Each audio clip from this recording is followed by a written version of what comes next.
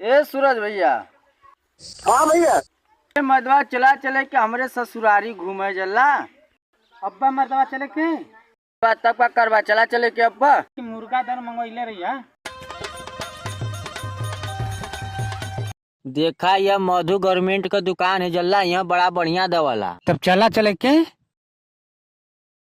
अरे भैया तनी साड़ी देखौता, तनी झनकार, तनी रात में चमके मेहरारू। कैसन साड़ी लेवा भैया? का रेंज में लेबा? करे तनी सड़िया बतैबे कैसन लेवल जा।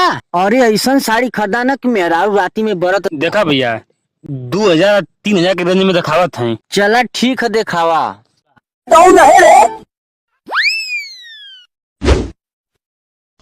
अरे देवा ये गड़बड़ है बाबा। 2000 के रेंज में है सो पसंद करा।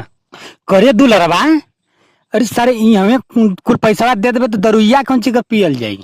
अरे मर्दवा कम कराई के लेला सड़िया। जल्दी दुलरबा 200 का ले ले सड़िया। कह दो जी 3-4 हजार का साड़ी है। चला ठीक है। स्टिकर लगा लेवल जाए। का भैया अपने मन बतियावत हो जा, कुछ बोलत है ये नहीं खजा, कुछ बोलबा तब ना हम दिखाई। हमने के 200 वाली साड़ी दिखाई दा।